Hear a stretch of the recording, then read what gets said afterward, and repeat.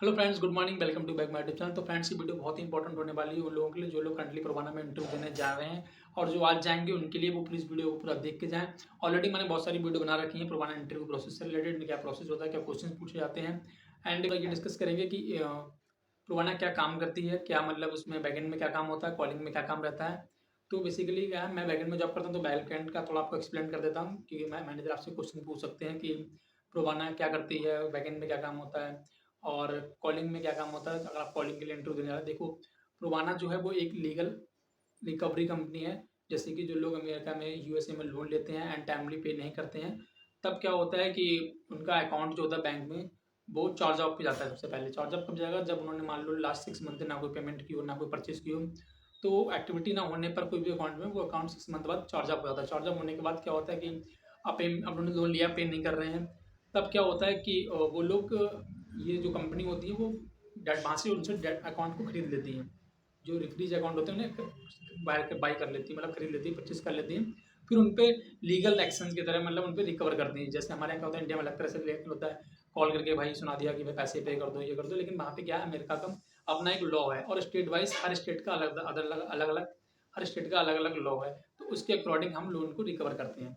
जैसे कि अब करना क्या होता है, बैकएंड में क्या होता है कि सबसे पहले हम क्या करते हैं, डाटर को हम डाटर के मतलब कि वो जो मतलब बाकी यूएसए कोर्ट होते हैं उन पे केस फाइल करते हैं कि ये बंदा है, इसका मतलब इतना अमाउंट ड्यू था पर ये पे नहीं कर रहा है।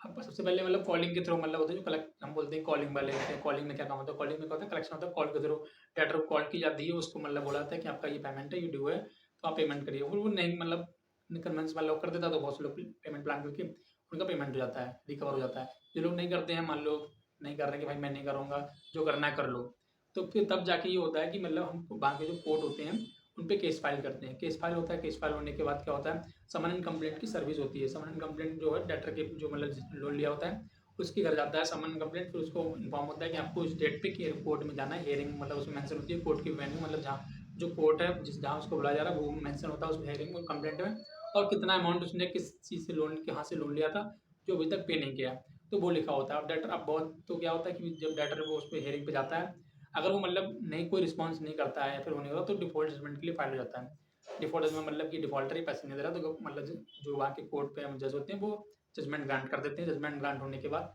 अगर मतलब वो क्या कहता है कि हेयरिंग पे चला जाता है, उसकी कोई प्रॉब्लम्स होती है कि अभी नहीं, इसलिए नहीं पे कर पा रहा हूँ, रीजन देता है, तो उसके हिसाब से जजमेंट आती है। जजमेंट जिस जजमेंट आने के बाद ही हम मतलब उस पर लोन रिकवर कर सकते हैं। जजमेंट आने के बाद क्या होता है कि समन, अब वो डिपेंड करता है कि वो कहीं जॉब कर रहा होगा तो गार्निशमेंट फाइल होगा। गार्निशमेंट जो उसका मतलब जैसे कि जहाँ वो जॉब कर रहा है उसका, वो कंपनी उसका कुछ परसेंट सैलरी का कुछ परसेंट कर करके हर महीने पे करेगी, कर देती है, ठीक है।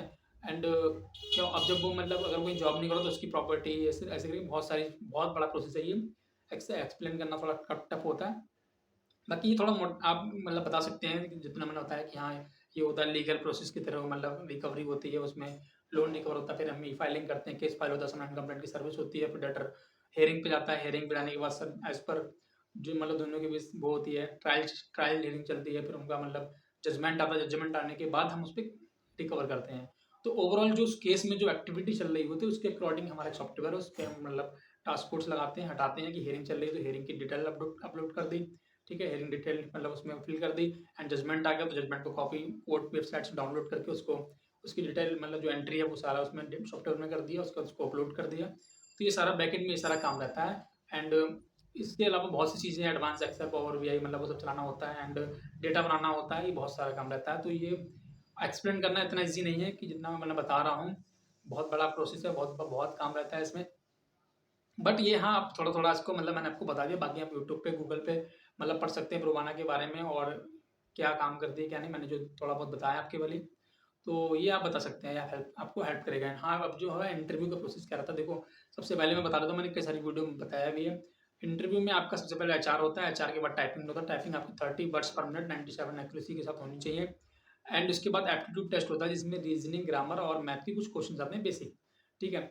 जैसे मान लो इंग्लिश में आएगा आपका पैसिव, जैसे कि पैसिव आएगा, एक्टिव पैसिव आएंगे, एंड करेक्ट सेंटेंस आएंगे, और इसमें मिसिंग मतलब वो आता है मिसिंग वर्ड, और बहुत सारे मतलब वो स्टोरी दी होती है, एक स्टोरी दी होती है पैराग्राफ में, एक स्टोरी दी होती है, स्टोरी के अंदर छोटे छोटे क्वेश्चन होते हैं चार, उन क्वेश्चन के आंसर उस स्टोरी में ही होते हैं, तो आपको रीड करके पैराग्राफ उस आंसर को करना होता है। ऑप्शन दिए होते हैं आपके हर एक क्वेश्चन के, इसमें 19 क्वेश्चन होते हैं जिनमें आपको 18 करना होगा पासिंग मार्क्स के लिए।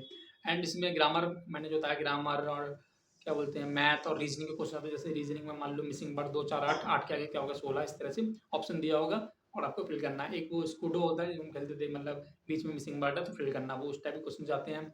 और मतलब साक्षी से राइट मतलब 15वें नंबर पे ये बैठा है, 16वें नंबर पे ये है, तो ओवरऑल उस रूम में कितने बंदे हैं, कुछ इस टाइप के क्वेश्चंस आते हैं रीजनिंग में।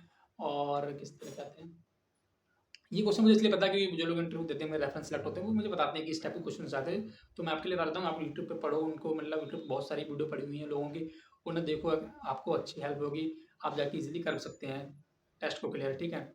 तो बाकी मैंने बहुत बहुत सी वीडियो डाली, उनके डिस्क्रिप्शन में देखना, मैंने कुछ क्वेश्चंस मतलब यूट्यूब से उठा के आपको पेस्ट किए हैं, तो वो आप देख लेना। एंड इसके बाद जब आपका टाइपिंग क्लियर हो जाएगा, एप्टीट्यूड क्लियर हो जाएगा, तब आपको फाइनल राउंड मैनेजर के लिए होगा। मैनेजर आपसे आपकी सीवी से रिलेटेड पूछेंगे। एचआर भी, जो एचआर पूछने से थोड़ा डिफरेंट होता है। एचआर आपसे इंट्रोडक्शन पूछ लेंगे, अगर आपने कहीं जॉब की है तो आप क्यों उस जॉब को छोड़ रहे हैं, प्रोवाना क्यों ज्वाइन करना चाहते हैं, एंड इस टाइप क्वेश्चन होते हैं।